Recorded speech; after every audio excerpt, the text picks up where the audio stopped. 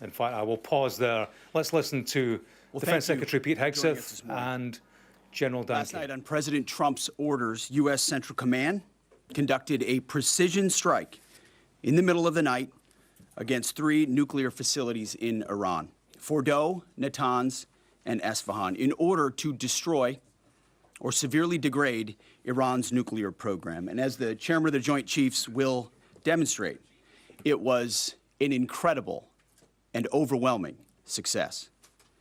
The order we received from our commander-in-chief was focused, it was powerful, and it was clear. We devastated the Iranian nuclear program. But it's worth noting the operation did not target Iranian troops or the Iranian people. For the entirety of his time in office, President Trump has consistently stated for over 10 years that Iran must not get a nuclear weapon. Full stop. Thanks to President Trump's bold and visionary leadership and his commitment to peace through strength, Iran's nuclear ambitions have been obliterated. Many presidents have dreamed of delivering the final blow to Iran's nuclear program, and none could until President Trump. The operation President Trump planned was bold and it was brilliant, showing the world that American deterrence is back. When this president speaks, the world should listen. And the U.S. military, we can back it up. The most powerful military the world has ever known. No other country on planet Earth could have conducted the operation that the chairman is going to outline this morning. Not even close.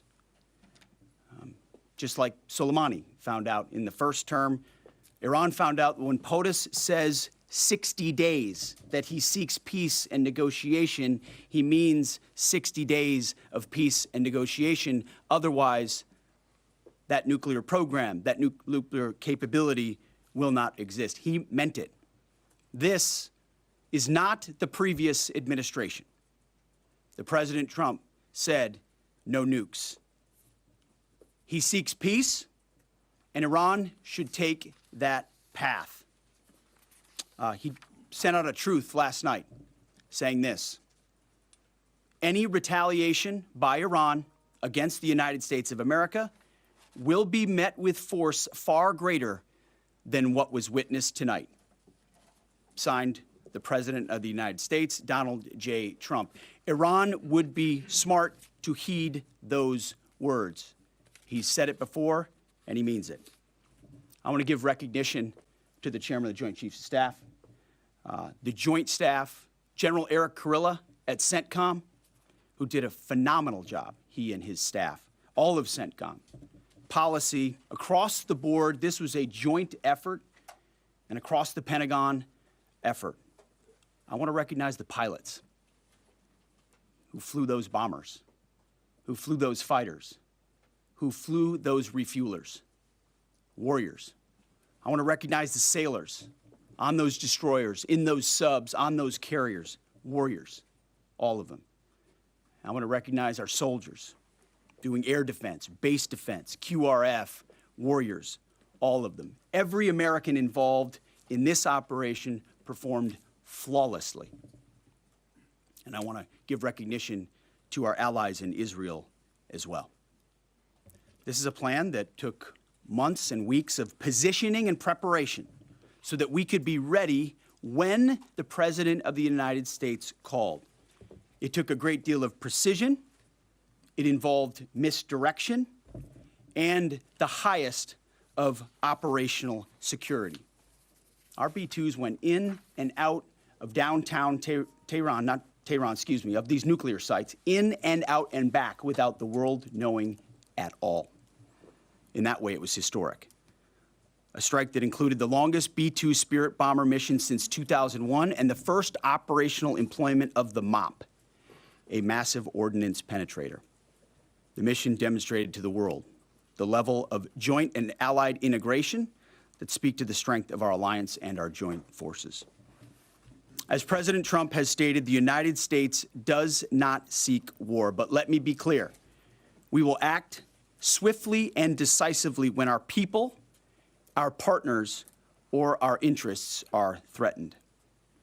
Iran should listen to the President of the United States and know that he means it, every word. I want to give congratulations to our Commander-in-Chief. It was an honor to watch him lead last night and throughout, and to our great American warriors on this successful operation.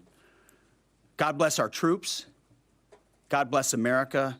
And we give glory to God for his providence and continue to ask for his protection. I turn it over now to the chairman for specifics. Thank you, Mr. Secretary. Thanks for recognizing all of our folks out there doing our nation's work, and nice to see everybody on this early Sunday morning. Last night on the President's orders, U.S. Central Command, under the command of General Eric Kurilla, executed Operation Midnight Hammer, a deliberate and precise strike against 3 Iranian nuclear facilities. This was a complex and high-risk mission carried out with exceptional skill and discipline by our joint force. I want to thank every service member, planner, operator that made this mission possible. Their actions reflect the highest standards of the United States Armed Forces. This operation was designed to severely degrade Iran's nuclear weapons infrastructure. It was planned and executed across multiple domains and theaters with coordination that reflects our ability to project power globally with speed and precision at the time and place of our nation's choosing. This was a highly classified mission with very few people in Washington knowing the timing or nature of this plan. I'll refer you to the graphic on the side as I walk you through some of the operational details. At midnight Friday into Saturday morning, a large B-2 strike package comprised of bombers launched from the continental United States. As part of the plan to maintain tactical surprise, part of the package proceeded to the west and into the Pacific as a decoy, a deception effort known only to an extremely small number of planners and key leaders here in Washington and in Tampa. The main strike package, comprised of 7 B-2 Spirit bombers, each with 2 crew members, proceeded quietly to the east with minimal communications. Throughout the 18-hour flight into the target area, the aircraft completed multiple in-flight refuelings. Once over land, the B-2s linked up with escort and support aircraft in a complex, tightly timed maneuver requiring exact synchronization across multiple platforms in a narrow piece of airspace, all done with minimal communications. This type of integration is exactly what our joint force does better than anyone else in the world. At approximately 5 p.m. Eastern Standard Time last night, and just prior to the strike package entering Iran, a U.S. submarine in the Central Command area of responsibility launched more than 24 Tomahawk land attack cruise missiles against key surface infrastructure targets at Esfahan. As the Operation Midnight Hammer strike package entered Iranian airspace, the U.S. employed several deception tactics, including decoys, as the 4th and 5th generation aircraft pushed out in front of the strike package at high altitude and high speed, sweeping in front of the package for enemy fighters and surface-to-air missile threats. The strike package was supported by U.S. Strategic Command, U.S. Transportation Command, U.S. Cyber Command, U.S. Space Command, U.S. Space Force, and U.S. European Command. As the strike package approached Fordo and Natanz, the U.S. protection package employed high-speed suppression weapons to ensure safe passage of the strike package, with fighter assets employing preemptive suppressing fires against any potential Iranian surface-to-air threats. We are currently unaware of any shots fired at the U.S. strike package on the way in. At approximately 6:40 p.m. Eastern Standard Time, 2:10 a.m. Iran time, the lead B-2 dropped 2 GBU-57 massive ordnance penetrator weapons on the first of several aim points at Fordo. As the President stated last night, the remaining bombers then hit their targets as well, with a total of 14 MOPs dropped against 2 nuclear target areas. All 3 Iranian nuclear infrastructure targets were struck between 6:40 p.m. and 7:05 p.m. Eastern Time. Again, that's about 2:10 in the morning local time in Iran, with the Tomahawk missiles being the last to strike at Esfahan to ensure we retain the element of surprise throughout the operation. Following weapons release, the Midnight Hammer strike package exited Iranian airspace and the package began its return home. We are unaware of any shots fired at the package on the way out. Iran's fighters did not fly, and it appears that Iran's surface-to-air missile systems did not see us. Throughout the mission, we retained the element of surprise.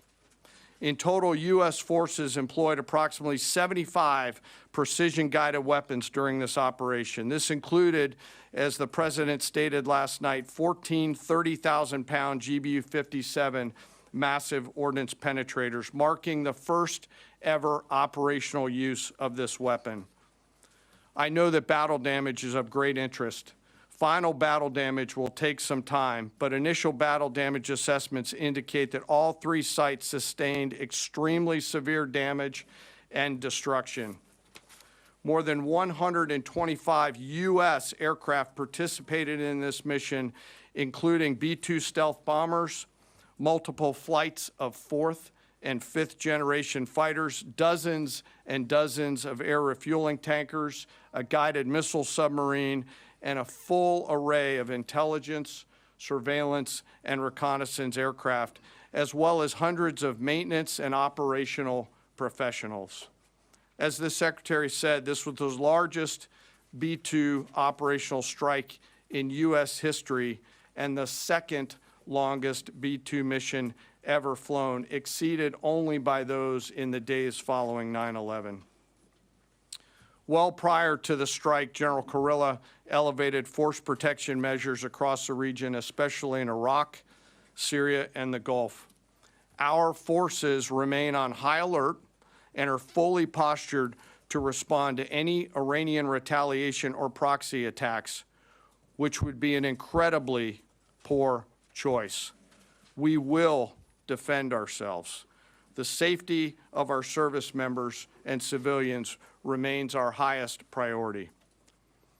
This mission demonstrates the unmatched reach, coordination, and capability of the United States military. In just a matter of weeks, this went from strategic planning to global execution. This operation underscores the unmatched capabilities and global reach of the United States military. As the President clearly said last night, no other military in the world could have done this. I join the President and the Secretary in being incredibly proud of the air crews, naval forces, cyber operators, planners, and support teams, and commanders who made this mission possible. It is their skill, discipline, and teamwork that makes this operation possible. I am particularly proud of our discipline related to operational security, something that was of great concern to the President, the Secretary, General Kurilla, and me, and we will continue to focus on this. As we stand here this morning, many assets are still airborne, and we have hundreds deployed. I ask that we keep our warfighters on their way home and our deployed service member in our thoughts.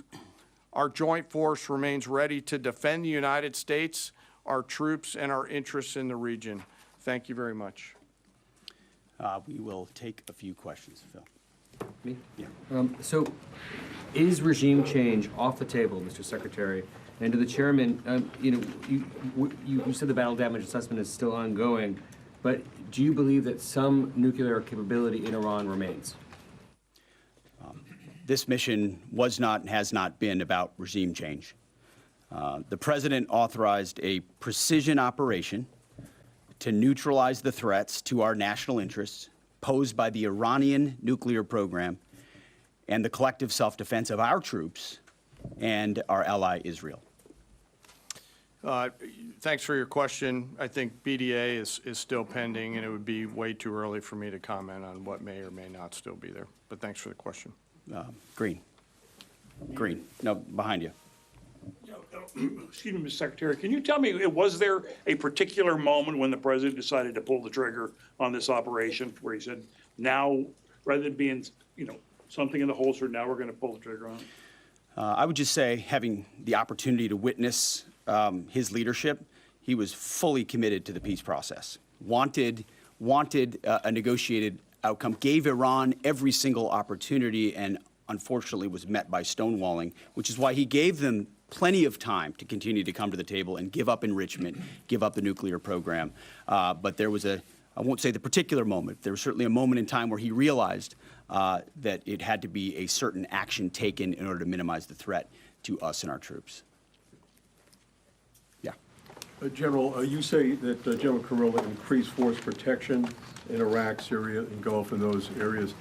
Were they given any advance warning the attacks were coming?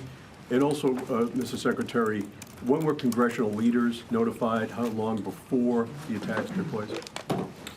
Sir, to your first question, the risk has clearly been rising over the last few weeks in the region. Based on that, and not a particular awareness of this operation, we've made smart decisions to minimize the risk to U.S. forces in the region. So they were given no advance warning? No, sir. And congressional? They were notified after the planes were safely out. Well, we complied with the notification requirements of the War Powers Act. After the attacks, they were notified? They were immediately thereafter. Yes. Thank you, Secretary. Two quick questions. Do you believe you completely destroyed Iranian nuclear program? And how about Iranian ballistic missiles? Your ally Israel always saying that is biggest threat. And second question is very important. What will be your next step if Iran or militias under Iranian influence in the region attack U.S. interests or allies in the region? And you can chime in on this too, Mr. Chairman.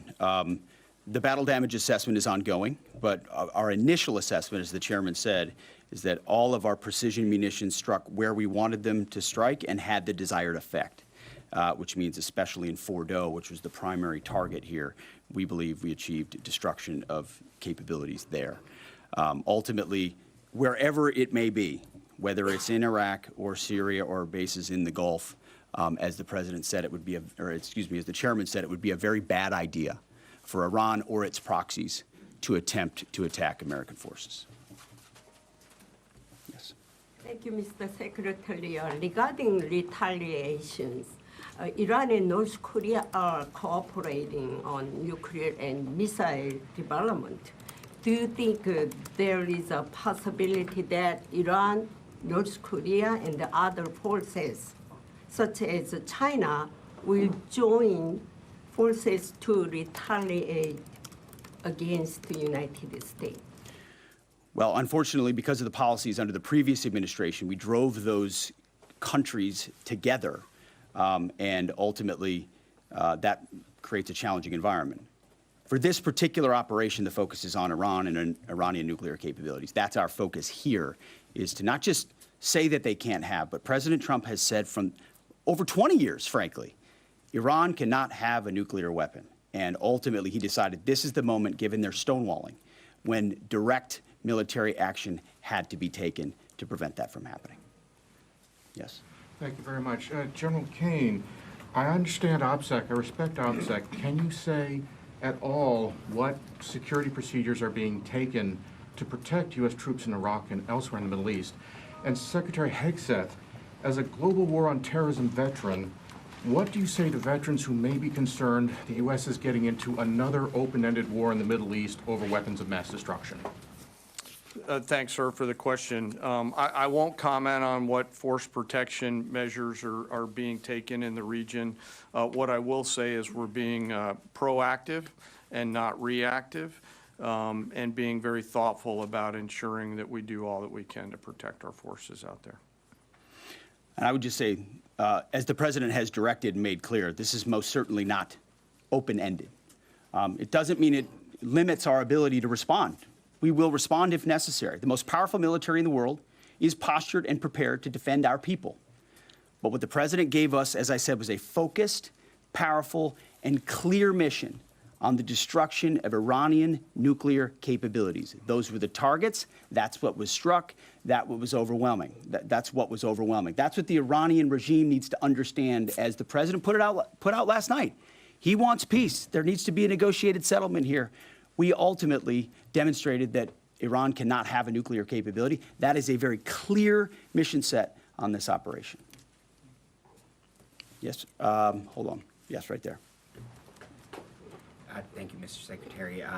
Question for the Secretary and the Chairman. How was this strike coordinated with the Israelis on a strategic level, militarily, and on a tactical level? Was there any direct Israeli military participation in this operation? Well, I would say certainly Israel had an incredible military success, especially at the beginning and ongoing, in degrading Iranian capabilities, in degrading Iranian launchers, MRBMs. It's been incredible to watch what our ally Israel has been able to do. And there certainly have been conversations. I mean, General Kurilla at CENTCOM has worked closely in the defense of Israel for many years.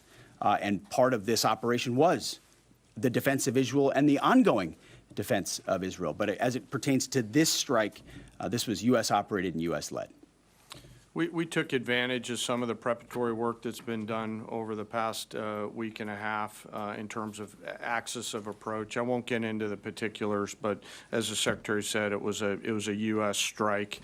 We made sure we were not in the same piece of airspace and sky. Aside from that, that was the extent of it. We'll take a couple more. Yeah, right there. Question to the Secretary first. Are you concerned whatsoever now about the reaction from U.S. allies given the strike, particularly those in the Gulf? And to the Chairman, if I may, I understand you don't want to speak to specific assets, force protection measures, but do you anticipate at least having to bring in any further assets from other theaters to aid in force protection over the coming days? We certainly understand the challenges of allies in the region, and we have been respectful and in working in collaboration with them as it pertains to basing and sensitivities there. Ultimately, they've got a lot of assets and people in those locations also where American troops are co-located. So that's a consideration of ours. We've been in close consultation with them, and we appreciate the support that we have got. Thanks for the question on sort of the global picture. And as you know, that's one of my jobs, is to look globally at the entire range of challenges. We are always carefully considering our force posture around the world and then offering options to the Secretary and to the President. I won't comment on any future things, but the American people should know that we carefully consider those moves around the world and try to modulate as needed our force structure in the region. Absolutely. Yeah, right here. Thank you. What communications are being sent to the Iranians right now, and is there any possibility of diplomacy now or in the coming days? I can only confirm that there are both public and private messages being directly delivered to the Iranians in multiple channels, giving them every opportunity to come to the table. They understand precisely what the American position is, precisely what steps they can take to allow for peace, and we hope they do so. Yes. The president may not want an open-ended conflict. The Iranians may disagree. Are you prepared for a protracted war? Well, anything can happen in conflict. We acknowledge that. But the scope of this was intentionally limited. That's the message that we're sending. With the capabilities of the American military, nearly unlimited. So Iran, in that sense, has a choice. But we've made it very clear to them, this is nuclear sites, this is nuclear capabilities, this is the line that the president set, and we set that back. Now is the time to come forward for peace. But I think one of the takeaways from this as well is the unprecedented level of ongoing cooperation. I can't speak highly enough of the chairman and his staff and General Kurilla in CENTCOM, what they've done to look around the corner, to pre-position, to understand how an operation like this comes together. The scope and scale of what occurred last night would take the breath away of almost any American if you had an opportunity to watch it in real time. And I think Tehran is certainly calculating the reality that planes flew from the middle of America in Missouri overnight, completely undetected over 3 of their most highly sensitive sites, and we were able to destroy nuclear capabilities. And our boys in those bombers are on their way home right now. We believe that'll have a clear psychological impact on how they view the future, and we certainly hope they take the path of negotiated peace. But I could not be more proud of how this building operated, of the precision, the sensitivity, and the professionalism of the troops involved in this effort. I will take one more. We'll take one more question. Yes, right there. Thank you, Mr. Secretary. Concerning the justification for these strikes, in March, the Office of the Director of National Intelligence released their threat assessment, concluding, quote, Iran is not building a nuclear weapon, and Caine has not authorized the nuclear programs he suspended in 2003, unquote. So what new intelligence does the U.S. have since then that the Iranians have changed their position on nuclear weapons? And does this new intelligence come from U.S. sources and methods, or are we getting this information from other countries? Well, I would just simply say that the president's made it very clear. He's looked at all of this, all of the intelligence, all of the information, and come to the conclusion that the Iranian nuclear program is a threat, and was willing to take this precision operation to neutralize that threat in order to advance American national interests, reduce the Iranian nuclear program, and obviously collective self-defense of ourselves and our allies. So he looked at all of it, understood the nature of the threat, and took bold action I think the American people would expect in a commander-in-chief. That's all we've got. Thank you very much. Appreciate it, Mr. Chairman. You were listening there to the U.S. Secretary of Defense, Pete Hegseth, standing alongside the Joint Chief Chairman, General Dan Caine, addressing the media, giving a press conference there about the strikes that we saw on Iran overnight on those 3 main nuclear sites. And I'm just going to talk you through some of the key points that Pete Hegseth spoke about. He said the strikes on Iran were incredible and overwhelmingly successful, and that it devastated Iran's nuclear program. During the press conference, he also said they were precision strikes that were focused, powerful, and clear. He said this operation solely targeted Iranian nuclear sites rather than Iranian troops or civilians. He also said that last night, on President Trump's orders, the U.S. Central Command conducted a precision strike in the middle of the night against 3 nuclear facilities in Iran in order to destroy or severely degrade Iran's nuclear program. Let's bring in our James Matthews, who's also been listening in to this press briefing. So just a bit more detail there, James, of the nature of the operation, how many fighter jets were used, how many B-2s were used, and exactly how they went about this. Yeah, hi, Alda. There was a lot in there, and I suppose in terms of the military action, first of all, clearly it came down to a deception plan. There was a point yesterday when there were reports and sightings of B-2 bombers flying west towards Guam. That was a curiosity, it raised many questions. The Americans telling us there that that was part of the deception plan. While the decoys went west, the B-2s involved in this operation headed east, very much under the radar, in the knowledge of very few people. Congress was not told, people in Congress, representatives not told until immediately after this took place. But, you know, Operation Midnight Hammer, I mean, there was much hype in there, it must be said. Pete Hegseth talking about a prestigious strike focused and clear instructions from the president. It devastated, he said, Iran's nuclear program, stressed that it didn't harm troops and it didn't harm Iranian civilians. He was keen to stress that, said that there was a limited scope of this operation as such. He said that it severely degraded Iran's infrastructure, described it as an incredible and overwhelming success, thanked the great American warriors that he said took part in the operation. The way it worked was that these B-2 bombers, 7 of them. They flew over the sites in Iran. They were accompanied by air support. They had been refueled several times on the way.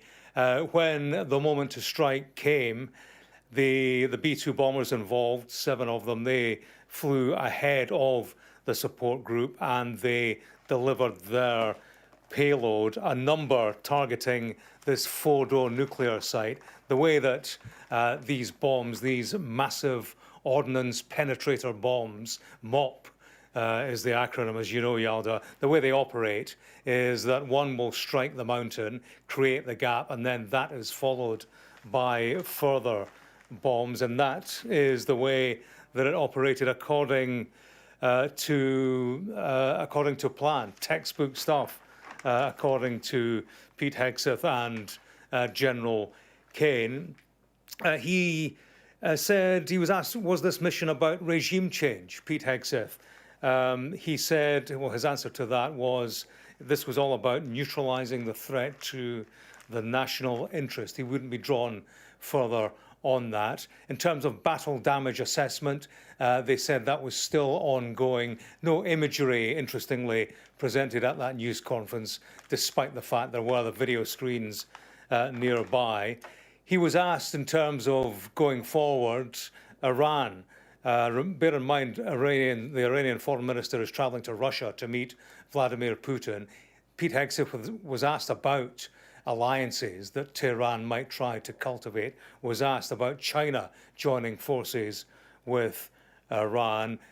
He didn't get involved in that. He pointed to the Biden administration being to blame for an alliance between Iran and China. His answer effectively was, this is all about a focus on Iran and its nuclear capabilities. He was asked about the prospect of an open-ended war. He didn't tackle that directly, merely said that we will respond if we are provoked.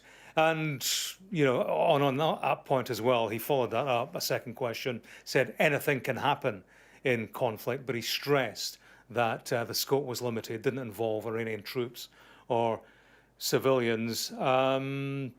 So that essentially was the bones of it in there, Yalda. He was not asked about reports that we see coming out of the Middle East that the United States, indeed reports coming from US officials, reported by media in the Middle East, that the US actually contacted Iran through diplomatic channels to assert its intentions, and that would be reminiscent of previous strikes in 2020, the killing of Soleimani, the Al-Quds commander.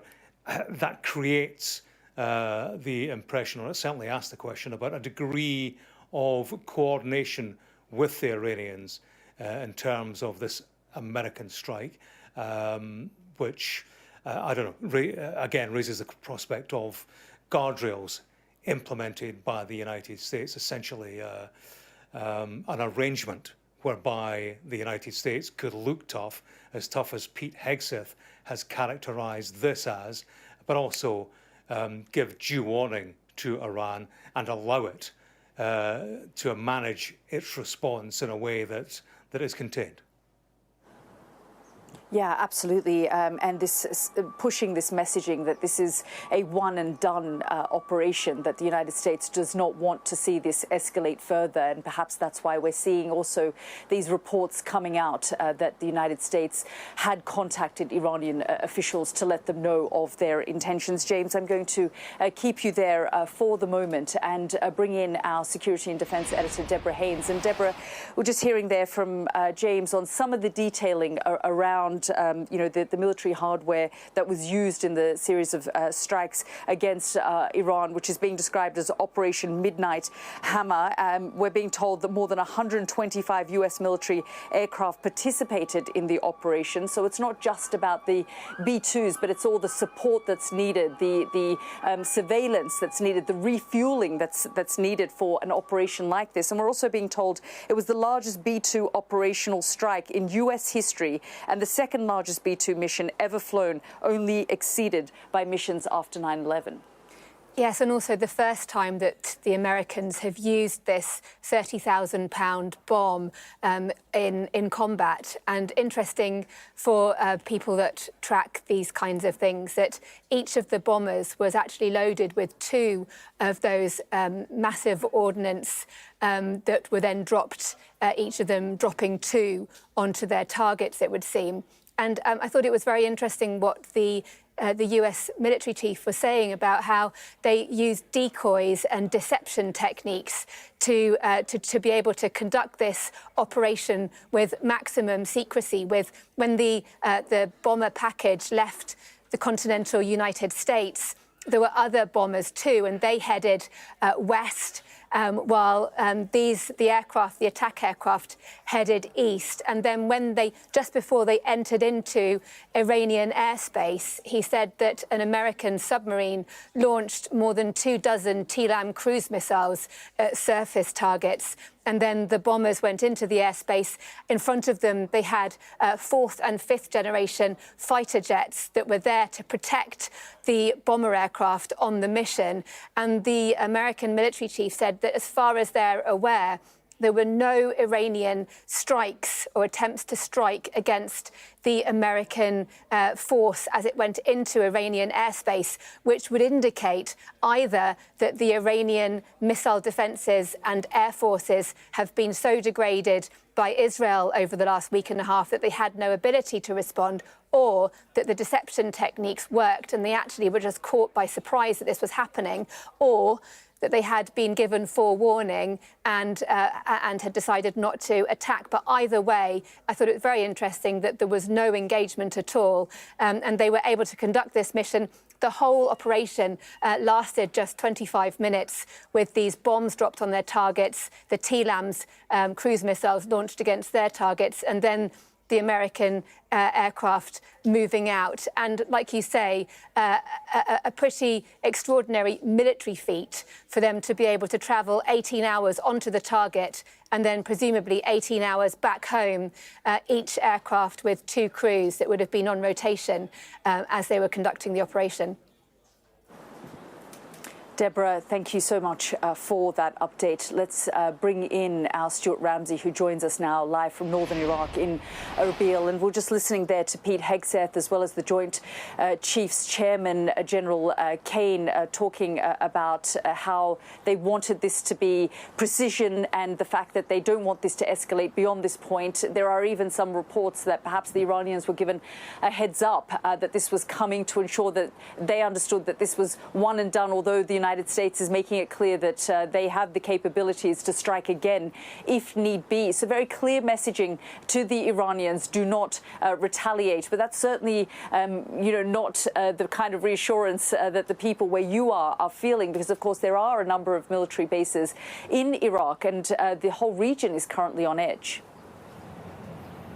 Yeah, and those bases are now, we're told in that press conference, on very high alert. I think it's very interesting, isn't it, that throughout those 2 speeches and the questions that happened, the point being reiterated, apart from the technical stuff and the actual attack itself, but the absolute warnings to Iran that if you attack military assets anywhere in this region, in Iraq, in Syria, in the Gulf, then there will be an immediate response. But it went further than that. It's something that we've been talking about all day. It's the proxies in Syria and here in Iraq. They were given an absolute clear message that to do anything against the American bases, there's one not far away from here, would be a very bad idea. They're making it clear, and these proxies have made it clear themselves, that they will carry out attacks on American bases, but the Americans are making it equally clear that they will pay for that if they do. They went on to talk about force protection. They wouldn't give any of the details, but basically all the soldiers here, all the bases are now on very high alert. That force protection, as I say, is proactive, and they're thoughtful about protecting their forces. So they've obviously got plans in place. Those forces were told to be on high alert, pertaining to the conditions in the area and that things had got worse. They weren't told that this attack was about to happen. After it had happened, it was explained to them why it was so important that they raise their security levels. And so that will be what is happening here as the region braces itself for a potential attack by Iran or by the proxies. It could happen at any time. Of course, what's interesting, Iran in the past has taken a while to respond to attacks upon it. So it doesn't mean that it's going to happen today, tonight, or for a few days, or even longer. But certainly the proxies here, the contacts that we have who have contacts with them, are saying that if America was to attack, they would attack American assets. Whether the warnings from the United States will be adhered to, listened to, we'll have to see. But obviously America is making it abundantly clear to everyone that this may be a one-off big operation, but it's more than capable of carrying out other operations, which, as the President said, would be much easier. Yeah, and Stuart, I guess in many ways, of all the different places in the region that is vulnerable, and we know that there are at least 9, 10 countries that are concerned about Iranian retaliation here across the Middle East. It's Iraq in the past that has sustained the sort of attacks on its bases and military hardware in the past, which is why in the first instance, about a week and a half ago, they started to move non-essential staff out of those embassies, out of those bases, their families out of harm's way, because part of that calculus was that something like this may evolve and the Iranians would and could potentially hit back. Yeah, and we understand, for example, that the embassy in Baghdad is virtually empty now of American staff. I mean, this is what we're being told. We've no reason to disbelieve it. I think what's interesting for Iraq, it is, as you say, so many other countries are within shooting distance of Iran, for want of a better expression. But what's really unique about Iraq is that it has to have relations, and does have relations, with both the United States. It's got troops here. It's very close to the United States. It helps with its stability. But also, because of its leanings towards Iran, its Shia political base, its Shia supporters here, the majority, are close to Iran. So it's a fine dividing line for the government to keep on side with both sides. If the Shia militia, and it's worth remembering, they are part of the military structure of this country. They're not just wandering about on their own, they are part of it.